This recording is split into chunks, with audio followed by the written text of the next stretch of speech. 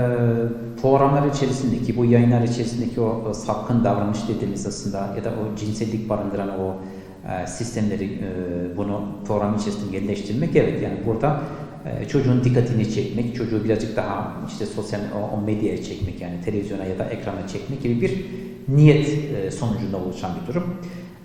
Buradaki sisteme baktığımızda evet, çocuk 0-18 yaş arasındaki çocuk evet meraklıdır.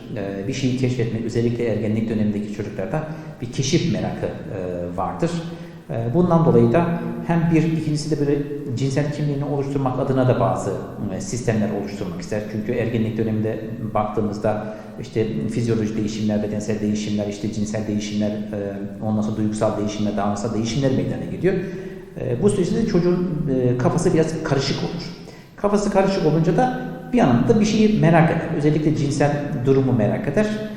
Bunu da araştırmak ister. Ama daha küçük çocuklara baktığımızda evet, ya biz aslında çocuk daha yeni dünyaya geldiğinde biz onu telefonla tanıştırıyoruz. İşte tabletle tanıştırıyoruz. Hatta çocuğa yemek yedirirken tabletle yediriyoruz. Çocuğa işte ne bileyim onun susmasını istiyorsak onun eline telefonu veriyoruz. Fakat çocuk burada bu telefonun içerisinde, o programın içerisinde ne olduğunu, işte nelerin meydana geldiğini ya da ne tür riskleri barındırdığını çocuk bilmez. Bunu bilen kim? Bunu anne babadır. Peki anne baba buradaki sistemin içerisinde ne yapmalı? Birincisi şu, mutlaka ama mutlaka evimizde internetimiz varsa aile paketi kullanmamız gerekiyor. Aile paketleri bu belli kanalları, belli durumları kısıtlayıcı bir sistemi vardır. Çocuk işte riskli şeylere karşılaşmamak adına bir durumu vardır. Birincisi bu. İkincisi de özellikle 12 yaşın altındaki çocuklarda, yani henüz ergenliğe girmemiş olan çocuklarda da ebeveynlerle birlikte program ayarlamak. Yani hangi kanalı izleyecek, ne tür programları izleyecek, bunu ebeveynlerle birlikte bunu hazırlamak ve ebeveynin mutlaka o programın içeriğinde bilgisi olması gerekiyor. Ebeveyn eğer program içerisinde bilgisi varsa, çocuğa zarar verebilecek, çocuğu işte şiddete yönlendirebilecek, hatta çocuğu intihara sürükleyebilecek. Bildiğiniz üzere buna dair ciddi artık programlar var. İşte şey gibi, Mavi Balina gibi, Memo gibi vesaire gibi programlar var ve çocukları ciddi anlamda intihara da sürükleyen ve kendine zarar verme davranışını ortaya çıkartan programlar var. Burada eğer ebeveyn bu programın içeriğiyle ilgili bilgi sahibi ise o zaman çocuğun ne izlediğini bu da haberi olmuş olacak. Birincisi bu. İkincisi de temelde aslında baktığımızda biz birazcık daha mahremiyet konusunda biraz anne babalar yani yeterince bilinçli değiller.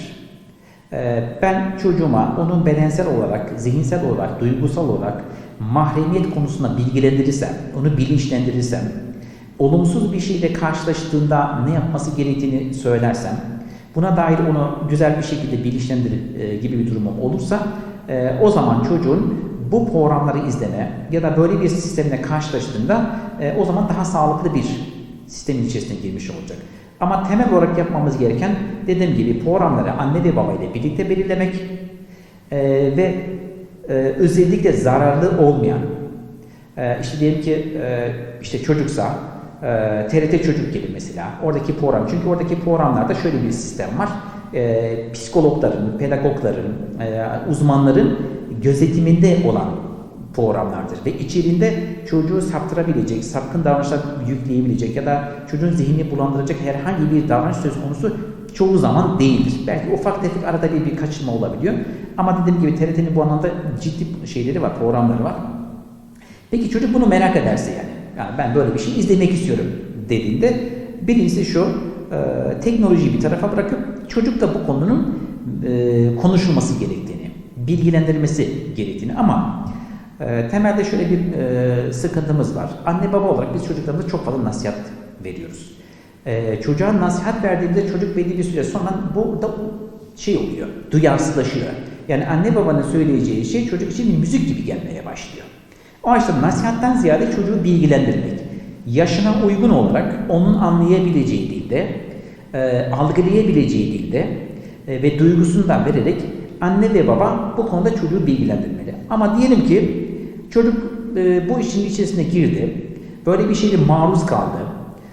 Özellikle bunun belirtileri var demiştim. İşte gece uykularında problemler varsa, işte uyku bozuklukları varsa, gece korkuları varsa, karanlık korkusu varsa, özellikle anne babadan ayrı yatamıyorsa sürekli anne babaya sokuluyorsa mesela işte canavar gibi işte ne bileyim durumlardan falan bahsediyorsa ya da işte gece sayıklamaları oluyorsa, gece konuşmaları oluyorsa, hatta okulda başarısızlık davranışları sergiliyorsa mesela gibi ya da okulda nedensiz olarak arada bir böyle arkadaşına vurma gibi bir isteği olsa, şiddet meyli durumlar oluşuyorsa burada bir ciddi sıkıntının oluştuğunu bize gösteriyor. O zaman burada yapmamız gereken anne babanından ziyade bir uzman gözüyle, bir uzmanın nezdinde burada bir destek alınması, buradaki çocuğun işte o travmatik yaşantı, çünkü buna travmatik yaşantıdır.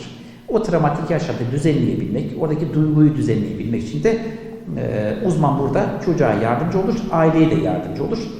Ama temelde yine genel olarak baktığımızda belki aile bununla ilgili bilgi sahibi olmamış olabilir. Normal bir şeydir bu. O zaman belki de işte anne baba eğitimleri düzenlemek mesela, anne babayı bilinçlendirmek, özellikle okullarla işbirliği yaparak bunu yapmak. Okuldaki rehberlik servisleri dediğimiz servislerle işbirliği yaparak anne babayı bu konuda bilinçlendirmek, işte teknolojinin kullanımı ile ilgili, dediğim gibi evdeki internetin kullanımı ile ilgili, evdeki kural oluşturma ile ilgili bu sistemi oturttuğunuzda o zaman daha sağlıklı bir yaklaşımımız oluşabiliyor.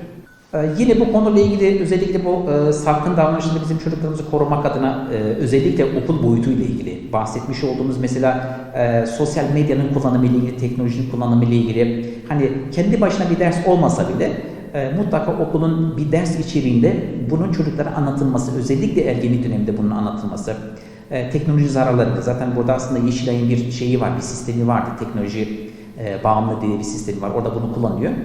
Ama daha ziyade bunu sosyal medya şeklinde bunun yapılması, kullanılması ve bunun anlatılması.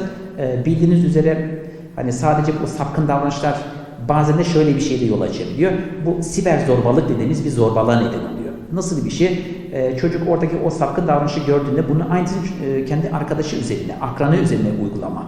Yani onun fotoğraflarını da yayınlama gibi, işte onun mahremiyetini yayınlama gibi. O açıdan da burada baktığımızda bunu yapmak gerekiyor ama burada bir parantez açarak yine de mahremiyet konusunda özellikle bizim çocuklarımızın ta doğumundan itibaren 18 yaşına kadar bizim her yaş dönemine uygun olarak çocuklarımıza onların işte bedeninin önemli olduğunu, onlara ait olduğunu, o güvenlik, beden güvenliğini sağlaması konusunda ona kim dokunur, kim dokunmaz, işte yatak odasından tutup ondan sonra tuvalete gitme gibi, işte banyoya gitme gibi bütün bu süreçleri, o mahremiyet eğitimi kapsamında bizim çocuklarımıza anlatmamız gerekiyor. Bunu çocuklarımıza anlattığında çocuk o ahlaki sistemi edinmiş oluyor. Ahlaki sistemi edindiğinde zaten normal şartlarda 3-6 yaş arasında çocuk ahlaki, yeni ahlaki sistemi farkına varıyor. Bu sistemi size oluşturduğunuzda o zaman çocuk bir riskle karşılaştığında çok kolay bir şekilde bunu ifade edebilir. Ama şunu da ifade etmek lazım. Çocuğun anne babaya çok kolay bir şekilde açılabilmesi için yapılması gereken şey şu: çocuğu dinlemek gerekiyor. Eğer siz çocuğa kızarsanız, ona şiddet uygularsanız, yani yanlış bir hatalı bir davranışı gördüğünüzde, ona şiddet uyguladığınızda, ona kızdığınızda çocuk bir daha yanlış bir durumla karşına gelip size bunu anlatmaz. Yapılmamız gereken çocuğa iyi bir şekilde dinlemek bunu. Birazcık da bizim empati kurmak dediğimiz, çünkü siz empati kurduğunda çocuğu anlamaya başlıyorsunuz. Çocuğun o sistemini anlamaya, duygusunu anlamaya başlıyorsunuz. Çocuğun kaygısını anlamaya başlıyorsunuz. Aksi durumda çocukla anne ve baba arasındaki o sistem kopmaya başlıyor.